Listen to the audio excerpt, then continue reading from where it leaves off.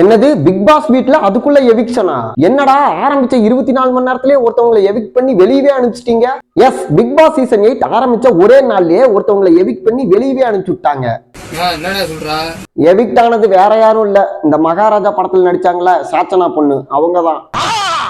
சட்ட கிழிஞ்சிருந்தா தச்சு முடிச்சிடா, நெஞ்சு கிழிஞ்சிருக்கு எங்க முறையிடலாம்.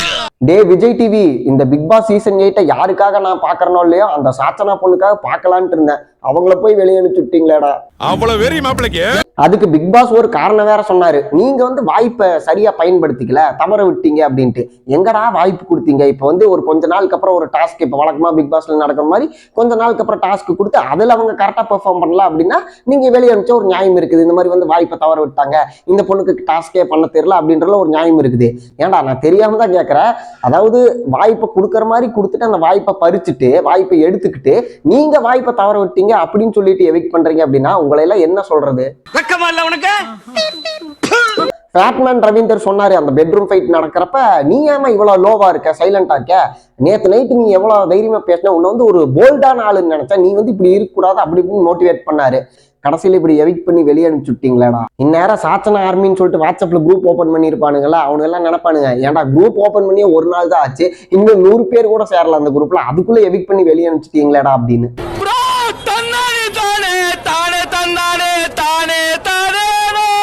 ஆனா யாருக்கு எப்படியோ, எனக்கு ரொம்ப வருத்தம்ப்பா. எனக்கு ரொம்ப வருத்தம். சரி பாப்போம், நமக்கு கொடுத்து வச்சது அவ்வளவுதான். ஏதாவது வைல்ட் கார்டு என்ட்ரில வர்றாங்களான்னு வெயிட் பண்ணி பார்ப்போம். போன வருஷம் நடந்த பிக் பாஸ் சீசன்ல small boss versus Bigg Boss அப்படின்னு தான் நடந்துச்சு. இப்போ எப்படின்னு பாத்தீங்கன்னா பாய்ஸ் வெர்சஸ் கேர்ள்ஸ் அப்படின்னு நேரடியா நடந்துட்டு இருக்குது. இதுல இந்த ஜாக்லின் பண்றதுல கொஞ்சம் ஓவர் பெர்ஃபார்மன்ஸா இருக்குது. இந்த பிரியங்கா எப்படி விஜய் டிவில குக் வித் கோமாளி போனாலும் அங்க போயிட்டு ஸ்டார்ட் மியூசிக்ல நான் ஆங்கர் பண்ணேன், இங்கே ஆங்கர் மாதிரி பண்ணுவேன் அப்படிங்களா பண்ணிட்டு இருந்தாங்க. அது மாதிரி தான் ஜாக்லின் பண்ற மாதிரி இருக்கு. என்ன அப்படின்னா, இப்ப டீம் எல்லாருமே சேர்ந்து ஒரு விஷயத்த பண்ணலாம் அப்படின்னு முடிவு எடுக்கிறப்ப இவங்க என்ன கன்ஃபஷன் ரூமுக்கு கூப்பிடுங்க, நான் பேசணும் அப்படின்னு சம்மந்தமே இல்லாம சொல்லிட்டு இருக்காங்க. இது பார்க்கும்போது எப்படி இருக்குன்னா, அந்த வனிதா விஜயகுமார் ஒரு சீசன்ல உள்ள ஒரு அலும்பு பண்ணிட்டு இருந்தாங்களே, என்ன அப்படின்னா ஸ்கூல் குழந்தைங்க கெட்டப் கொடுத்துருந்தாங்க. அப்ப யாரோ ஏதோ சொல்லிட்டாங்கன்னு சொல்லிட்டு நீங்க என்ன வாத்து வனிதான்னு சொல்லியிருப்பாங்க. வாத்து வனிதான்னு சொல்லிட்டீங்க, அதுக்காக நான் ஸ்ட்ரைக் பண்றேன் அப்படின்னு சொல்லிட்டு இது பண்ணாங்க. ஸ்ட்ரைக்ன்றது மிஞ்சி போனா ஒரு 11th 12th படிக்கிற பையன் பொண்ணு பண்ணா கூட ஓகே, ஸ்ட்ரைக்னா என்னன்னு தெரியும், பண்றாங்க, நம்ம எடுத்துக்கலாம். ஆனா அந்த வனிதா விஜயகுமார் என்ன பண்ணாங்க அப்படின்னா, எல்கேஜி யூகேஜி குழந்தை கெட்ட போட்டு ஸ்ட்ரைக். ஏங்க எல்கேஜி யூகேஜி படிக்கிற குழந்தைக்கு ஸ்ட்ரைக்னா என்னன்னு தெரியுமா? அது தன்னோட ஃப்ரெண்ட்ஸ் எல்லாம் சேர்ந்து ஸ்ட்ரைக் பண்ணுமா அப்படின்ற மாதிரி, என்னடா அது லூஸ் தனமா இருக்கு அப்படின்ற மாதிரி இந்த ஜாக்லின் எல்லாருமே சேர்ந்து ஒரு விஷயம் பண்ணலாம் அப்படிங்கிறதுக்கப்ப இல்ல என்ன கன்ஃபஷன் ரூமுக்கு இது பண்ணுங்க, ஏன் வழி தனி வழி, நான் என்னோட இஷ்டப்படிதான் இருப்பேன் அப்படின்னு மாதிரி இருக்காங்க. இப்படி இருந்தாங்க அப்படின்னா அடுத்த வாரமே அவங்க இருப்பாங்களா இல்லையான்னு சொல்ல முடியாது. நம்ம வெயிட் பண்ணி பார்ப்போம். இனிமே நீங்க இருக்க சொன்னா கூட இருக்க மாட்டோம். ஆமா, நீ பெரிய ஜமீன்தாரு, ஒன்னு இருக்கு சொல்றக்கு. வெளியே போங்கடா, ஐயோ ராஸ்கல்களா. மேய்க்கிறது எருமை, இதுல என்ன பெருமை அப்படின்ற மாதிரி இந்த ஜாக்லின் ஓப்பனா அவங்களே சொல்றாங்க. என்ன அப்படின்னா, நீங்களாம் எப்படியோ, நான் இந்த பிக் பாஸ் வீட்டுக்கு கண்டென்ட் கொடுக்கதான் வந்தேன், 1 மணி நேரம் கண்டென்ட் கொடுக்குதா என்னோட வேலையாவே இருக்கும் அப்படின்ற மாதிரி ஓப்பனா சொன்னாங்க. என்னன்னா, அதை அவங்க சொல்லிதான் தெரியணும்ட்டு இல்ல, அவங்க பண்றதுல பார்த்தா நமக்கே தெரியுது. இந்த பெண்கள்லாம் ஏன் நாமினேஷன் இதுக்கு ஒத்துக்கிட்டீங்க அப்படின்னு கேட்டதாகட்டும், எல்லாரும் அமைதியா இருக்கப்ப இவங்க மட்டும் கன்ஃபஷன் ரூமுக்கு என்ன கூப்பிடுங்க அப்படின்னு சொன்னதாகட்டும், இதெல்லாம் பார்க்கும்போது இவங்க ஓகே கண்டென்ட்காக தான் பண்றாங்க அப்படின்னு தெளிவா தெரியுது. இப்போ என்னன்னா, பிக் பாஸ் அதுக்கு தகுந்த மாதிரி என்ன சொல்லிட்டாரு அப்படின்னா, நான் பாய்ஸ் வெர்சஸ் கேர்ள்ஸ்னு பிரிச்சு விட்டேன்ப்பா, வீடு தனித்தனியா பிரிச்சு விட்டாச்சு, அதுக்கு மேல இந்த கேம் எப்படி ஆட போறீங்க அப்படின்றது உங்க கையில தான் இருக்குது அப்படின்னு சொல்லிட்டாரு.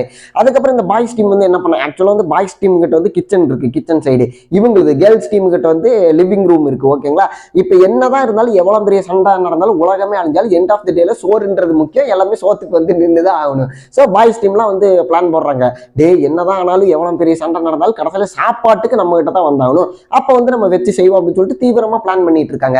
இந்த சைடு கேர்ள்ஸ் டீம் என்ன பண்றோம்னு தெரியாம நம்ம கரெக்டா எப்படி இருந்தாலும் நம்ம கிச்சனுக்கு எல்லாம் போய் தான், சரி ஓகே அவனுங்களை எப்படி வச்சு செய்யலாம் அப்படின்ற மாதிரி பிளான் போட்டுட்டு இருந்தாங்க. ஆனா இவங்க பிளான் போறது ஒன்றும் யூஸ் ஆகாது. நான் சொன்ன மாதிரி என்னதான் பிரச்சனை நடந்தாலும் எண்ட் ஆஃப் தி டேல சோறுன்றது முக்கியம், இங்கதான் வந்தாகணும். சோ பாய்ஸ் டீம் சொல்லிட்டாங்க, நாங்க உங்களுக்கு சாப்பாடு தரணும் அப்படின்னா நாங்க சொல்றதெல்லாம் நீங்க கேட்கணும் அப்படின்ற மாதிரி கேர்ள்ஸ் டீம் கிட்ட சொல்லிட்டாங்க.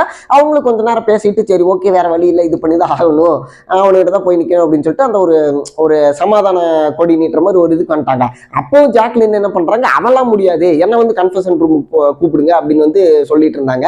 என்னன்னா இதெல்லாம் பார்க்கும்போது எனக்கு என்ன தோணுதுன்னா, அவங்க பிக் பாஸ் வீட்டுக்குள்ள வர்றதுக்கு முன்னாடியே உள்ள போயிட்டு நான் இப்படிதான் இருப்பேன், நான் வெளியே போனாலும் பரவாயில்ல, இந்த மாதிரி ஒரு திமிராதான் இருப்பேன் அப்படின்ற ஒரு ஆட்டிடியூட் வந்து வந்த மாதிரி எனக்கு தோணுது. ஸோ இதெல்லாம் எத்தனை நாளுக்கு பழிக்கும்னு தெரியல. அவங்க வெளியே போறாங்கன்றத தாண்டி உள்ள இருக்கவங்கள அவங்கள நல்லா வச்சு செஞ்சு அனுப்பிச்சிடுவாங்க அப்படின்னு எனக்கு தோணுது. ஸோ வெயிட் பண்ணி பார்ப்போம் ஜாக்லினுக்கு என்ன நடக்க போகுதுன்னு. பொம்பளைக்கு அடக்க இருக்கணும், அகம்பாவ இருக்கக்கூடாது, பொறுமை இருக்கணும், போக்கிரித்தனம் இருக்கக்கூடாது. அப்புறம் ஒரு வழியா நம்ம எதிர்பார்த்த மாதிரி டாஸ்க் வந்து நடந்துச்சு. டாஸ்க்னா என்னன்னு பாத்தீங்கன்னா, நிறைய சேரை கொண்டு வந்து அடுக்கி வச்சிருந்தாங்க. நான் என்ன நினைச்சேன்னா, ஓஹோ எடுத்தோடனே இந்த மாதிரி டாஸ்க் ஆட்டுக்கு இந்த WWE வர மாதிரி சேர்லாம் எடுத்து மாத்தி மாத்தி அடிச்சுப்பாங்க போல, இனிமேல் தான் பிக் பாஸ் சீசன் 8 வந்து தீப்பிடிக்க போகுது அதுன்னு நினைச்சிட்டு இருந்தேன். கடைசியில பார்த்தா அந்த மியூசிக்கல் சேர் இருக்குல்ல, அது மாதிரி லைனா சேரை வந்து அடுக்கி வச்சுட்டு யாரு வேகமா போய் ஃபர்ஸ்ட் சேரை பிடிக்கிறாங்களோ அவங்க தான் வின்னர் அப்படின்ற மாதிரி சொன்னாங்க. இது ஆக்சுவலா டாஸ்க் எதுக்காக பாத்தீங்கன்னா, தலைவன் வசூல்ஸ் தலைவி அப்படின்னு சொல்லிட்டு, அதாவது கேப்டன் ஃபர்ஸ்ட் வீக்கோட கேப்டன் வந்து யாரு, ஒரு பெண்ணா ஆனான்ற முடிவு எடுக்கிறங்காட்டிக்கு தலைவன் வசூல்ஸ் தலைவி அப்படின்னு சொல்லி வச்சிருந்தாங்க. இதுக்கு முன்னாடி நடந்த சீசன்ல எல்லாம் டாஸ்க் எப்படி இருந்துச்சு, அதாவது பார்க்கும்போதே ஆகா இதாண்டா இது பரவாயில்ல, ஒரு மினி WWE மாதிரி இருந்துச்சு. அதுல வந்து ஒரு வாக்குவாதம், வாய் வாக்குவாதமும் இருக்கும், வாய் சண்டையும் இருக்கும், கை குத்து சண்டையும் இருக்கும், திடீர்னு மைக்க கழட்டி அப்படியே தூக்கி தரையில வீசுவானுங்க, அந்த மாதிரிலாம் இருந்துச்சு.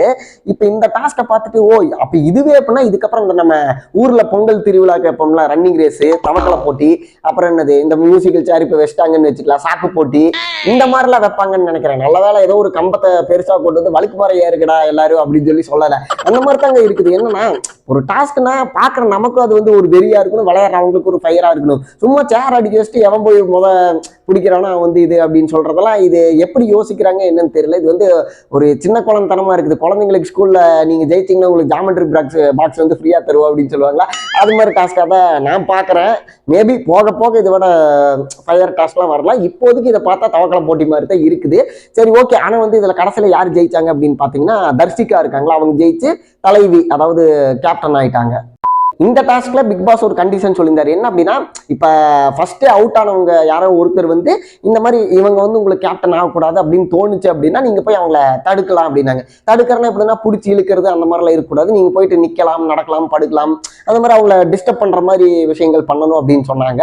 பட் அதுவும் வந்து அவ்வளவு சீரியஸா இல்ல, இந்த சின்ன குழந்தைங்க விளையாண்டு இருக்க மாதிரி தான் எனக்கு தோணுச்சு. சரி ஓகே ப்ரோ, இப்ப யாருமே வந்து இந்த டாஸ்க்ல ஒரு ஃபைட் பண்ண மாதிரி பண்ணவே இல்லை அப்படின்னு கேட்டீங்கன்னா, நம்ம ஃபேட்மேன் ரவீந்தர் இருக்காருல, அவர் ஒரு விஷயம் பண்ணாரு. எப்படின்னா சும்மா வந்து பிடிக்க வரப்ப கை காலெல்லாம் அசைச்சிட்டு இருந்தாரு, ஒரு 4 பேர்த்த பறக்க விட்டாரு. அது வேணா பாக்குறதுக்கு ஓகே இப்பெல்லாம் பண்றாங்களா அப்படின்னு இருந்துச்சு ஒழிய, மற்றபடி இந்த டாஸ்க் பார்த்த ஒரு நமக்கு வந்து ஆஹா வேற லெவல்ல இவங்க விளையாண்டுருக்காங்களே அப்படின்னு வந்து சுத்தமா தோணல. எனக்கு சொன்ன மாதிரி நம்ம ஊர்ல பொங்கல் திருவிழாக்கு போட்டி வைக்கிறோமோ தவக்கலை போட்டி மாதிரி தான் இது இருந்துச்சு. போக போக என்ன பண்றாங்கன்னு பார்ப்போம். கண்ணை கட்டாம மாட்டாலும் சட்டி கட்டாது, கண்ணை கட்டி வர விட்டாங்க உடச்சாப்புலதான் திரும்ப பெருசா இந்த விஜய் டிவி டிஆர்பிக்காக என்னென்ன பண்றாங்க அப்படின்னா, இந்த மாதிரி 24 மணி நேரத்துல ஒரு எவிக்ஷன் வச்சு சாச்சனா வெளியே அனுப்பிச்சது. அப்புறம் ஃபேட்மேன் இருக்காரு பாத்தீங்களா, ஃபேட்மேன் பாத்தீங்கன்னா வெளியே இருந்துட்டு பிக் பாஸை கழுவி ஊத்தி 7 வருஷமா வந்து ரிவ்யூ பண்ணிட்டு இருந்தாரு. இப்போ வந்து அவர் கூப்பிட்டா அப்படின்னா ஆடியன்ஸ்லாம் மக்கள்லாம் பாக்குறவங்க என்ன நினைப்பாங்க அப்படின்னா, இந்த மாதிரி ஓகே ஃபேட்மேன் வந்து வெளியே வந்து கழுவி ஊத்திட்டு இருந்தாரு பிக் பாஸ்ல, இப்ப பிக் பாஸ்க்கே அவர் போறாரு, உள்ள போயிட்டு அப்ப நேர்லயே கழுவி ஊத்துவாரு, இருக்கவங்களெல்லாம் வச்சு செய்வாரு அப்படின்னு சொல்லிட்டு சில ஆடியன்ஸ் வந்து பார்ப்பாங்க அப்படின்னு சொல்லிட்டு ஃபேட்மேனை வந்து கூப்பிட்டு இருந்தாங்க. அது மட்டும் இல்லாம இந்த சீசன் பாதி பேர் வந்து விஜய் டிவி ப்ராடக்டா தான் இருக்காங்க. அவங்கள பொறுத்தளவுக்கு என்ன அப்படின்னா, நம்ம விஜய் டிவி ஆடியன்ஸ்ல சீரியல் பார்த்து பழக்கப்பட்ட ஆடியன்ஸ் எல்லாம் இருக்காங்களா, அந்த விஜய் டிவி ஆடியன்ஸை வந்து நம்ம எப்படியாவது பிக் பாஸ் பார்க்க வச்சுட்டாலே மற்ற ஆடியன்ஸ்க்கு இது போய் சேர்ந்துரும். இல்லைன்னா மற்ற ஆடியன்ஸ் பார்க்கவே தேவையில்லை, மற்ற சேனல் பார்க்கறவங்க இந்த பிக் பாஸ் பார்க்கணும்னு அவசியமே கிடையாது. நம்ம விஜய் டிவிக்கு வழக்கம் போல வர டிஆர்பியில் இருக்கவங்க வந்து நம்ம சேனல் வந்து பார்த்தாலே போதும், நமக்கு நல்ல டிஆர்பி வரும்னு சொல்லிட்டு விஜய் டிவி ப்ராடக்ட்ல இறக்கி இருக்காங்க. ஸோ இதெல்லாம் எல்லாமே பார்த்தீங்கன்னா டிஆர்பிக்காக பண்ண விஷயம் தான். ஸோ இது வந்து எங்க பாதிக்குது அப்படின்னு பார்த்தீங்கன்னா, ஃபேட்மேன் இருக்காருல, அவர் வந்து அந்த சேர் அந்த டாஸ்க் இருக்குல்ல, அதுல பாத்தீங்கன்னா அவருக்கு கால் அடிபட்டு மெடிக்கல் ரூம் போனாரு. அதுவும் இல்லாம எனக்கு மயக்கம் வருது அப்படிலாம் வந்து சொல்லிட்டு இருந்தாரு. இது போக அன்சீன், அதாவது டிவியில போடாத ஒரு விஷயம் நடந்துச்சு. என்னன்னு பாத்தீங்கன்னா, அவரு நைட்டு அதாவது மிட் நைட்ல எனக்கு மயக்கம் வர்ற மாதிரி இருக்குது, என்னோட உடம்பு வந்து இங்க வந்து தாக்கு பிடிக்க முடியாதுன்னு நினைக்கிறேன், எனக்கு வந்து மயக்கம் வர்ற மாதிரி இருக்கு அப்பெல்லாம் வந்து சொல்லி மயக்கம் வருது அப்படின்னு வந்து சொல்லியிருக்காரு. அது மட்டும் இல்லாம சாப்பிடலாம்னு சொல்லிட்டு சோஃபால உட்கார்ந்துருக்காரு. நல்லா வந்து சாப்பிட்டதுக்கு அப்புறம் அவரால் வந்து எந்திரிக்கவே முடியல. அதுக்கப்புறம் இந்த ஆர்னவ் இருக்காங்களா, ஆர்னவையும் இன்னொருத்தரையும் கூப்பிட்டு என்னை வந்து எழுப்பி விடுங்க அப்படின்னு சொல்லிட்டு அவங்க 2 பேர் வந்து ஹெல்ப் பண்ணி கையை பிடிச்சி எழுப்பி கூப்பிட்டு போய் தான் வந்து கை கழுவி வச்சிருக்காங்க. அப்போ வந்து ஆர்னவ் கேட்கறாரு இந்த மாதிரி என்னங்க மெடிக்கல் ரூம் போறீங்களா, உங்களுக்கு ஏதாவது எமர்ஜென்சி தேவைப்படுதா அப்படின்னு கேட்கறாங்க. ஸோ ஃபேட்மேனோட உடல்நிலை வந்து இப்படிதான் இருக்குது. அவர் வந்து வீட்டில் இருந்தாருன்னா கரெக்டாக இருந்துப்பாரு. என்ன சொல்றது, இந்த மாதிரி வந்து ஒரு இப்போ பிக் பாஸ் வீட்டுக்குள்ள இருக்கிறதுக்கு அவர் வீட்டில் இருக்கிற வித்தியாசத்துல எங்கேயும் போகாம அவருக்கு என்ன கம்ஃபர்டபுளா பண்ணிட்டு இருப்பாரு. இப்போ பிக் பாஸ் வீட்டுக்குள்ள வந்து இந்த மாதிரி இவர் கூப்பிட்டா டிஆர்பி வரும் அப்படின்னு சொல்லிட்டு கூப்பிட்டாங்க. பட் வந்து ரொம்பவே ஃபேட்மேனை போட்டு இந்த பிக் பாஸ் வந்து பாதிச்சுட்டு இருக்குது. எனக்கு தெரிஞ்சு ஒரு சீசன்ல வந்து அந்த எவிக்ஷன்லாம் இல்லாம மெடிக்கல் பர்பஸ்னால நிறைய பேர் வந்து வெளியே போயிருக்காங்கல்ல, அது மாதிரி நிறைய பேர் போனாங்களா, சில பேரான்னு எனக்கு தெரியல. அந்த போனவங்க இருக்காங்களா, அதே மாதிரி ஃபேட்மேன் வந்து என்னால இந்த பிக் பாஸ் வீட்ல இருந்து என்னோட உடம்பு ஒத்துக்காது, இதுல வந்து இருக்க முடியாது அப்படின்னு சொல்லிட்டு போயிடுவாருன்னு தான் எனக்கு தோணுது. உங்களோட கருத்து என்ன இதை பத்தி அப்படின்றத கமெண்ட்ல சொல்லுங்க. ஸோ இந்த பிக் பாஸ் சீசன் 8ல இதெல்லாம் தான் நடந்துட்டு இருக்கு. நான் முடிஞ்ச அளவுக்கு எல்லாத்தையுமே கவர் பண்ணிட்டேன்னு நினைக்கிறேன். ஆக்சுவலாக இந்த பிக் பாஸ் சீசன் 8 பார்க்குறப்ப எனக்கு எப்படி தோணுது அப்படின்னா, இப்போ அதாவது ரெகுலரா பிக் பாஸ் பார்த்துட்டு இருக்கவங்க இந்த சீசன் பார்க்காம நமக்கு ஃபோன் பண்ணியோ நேர்லயோ வந்து டேய் நீ இந்த பிக் பாஸ் சீசன் பார்த்துட்டு இருக்கல, இது எப்படிடா போயிட்டு இருக்கு அப்படின்னு அவங்க வந்து கேட்டாங்க அப்படின்னா, நம்ம வந்து அதை ஏன்டா கேட்கறேன், நாசமா போயிட்டு இருக்கு இந்த சீசன் அப்படின்னு தான் சொல்ற மாதிரி தான் இது போயிட்டு இருக்குது. ஏன்னா இவங்க போன வருஷம் வந்து சில பேர் போன வருஷம் இந்த கண்டஸ்டன்ட்ல லூஸ்தனமா பண்ணி சுத்தமா டிஆர்பி வந்து குறைச்சி விட்டாங்க. இந்த மாயானிக்கோ அவங்களாம் வந்து அதாவது என்ன சொல்றது, ஒரு ரியாலிட்டி ஷோல எப்படி நடந்துக்கணும்னு தெரியாம கிறுக்குத்தனமா பண்ணி டிஆர்பியை டவுன் பண்ணி விட்டாங்க. இந்த சீசன் வந்து நம்ம டிஆர்பி வந்து விட்டுறக்கூடாது, என்னத்தையாவது பண்ணி இந்த மாதிரி 24 மணி நேரத்துல எவிக்ஷனு, ஃபேட்மேன் ரவீந்திர உள்ள கொண்டு வர்றது, இந்த மாதிரி வந்து என்ன சொல்லணும்னா டிஆர்பிக்காக இது எல்லாத்தையுமே பண்ணிட்டு இருக்காங்க. அதுதான் நான் சொல்றேன், இதெல்லாம் பார்க்கும்போது என்னடா இப்படி பண்றீங்க, இப்படியா இருக்கு போகுது பிக் பாஸ் அப்படின்னு தான் எனக்கு தோணுது. ஸோ எவனா கேட்டால் நாசமா போயிட்டு இருக்கு பிக் பாஸ் அப்படின்னு தான் சொல்ல தோணும். அந்த மாதிரி தான் போயிட்டு இருக்குது. இந்த சீசன் பத்தி உங்களோட கருத்து என்ன அப்படின்றத கமெண்ட்ல சொல்லுங்க. அது மட்டும் இல்லாம நீங்க வந்து இந்த பிக் பாஸ் சீசன் 8 பார்த்துட்டு இருக்கீங்க அப்படின்னா இப்பவே நம்ம சேனலை சப்ஸ்கிரைப் பண்ணி வச்சுக்கோங்க. உங்க ஃப்ரெண்ட்ஸ்க்கும் ஷேர் பண்ணி நம்ம சேனலை சப்ஸ்கிரைப் பண்ண சொல்லுங்க. பிக் பாஸை பத்தி தொடர்ந்து அப்டேட் இது மாதிரி உங்களை தேடி வந்துகிட்டே இருக்கும். நன்றி, வணக்கம்.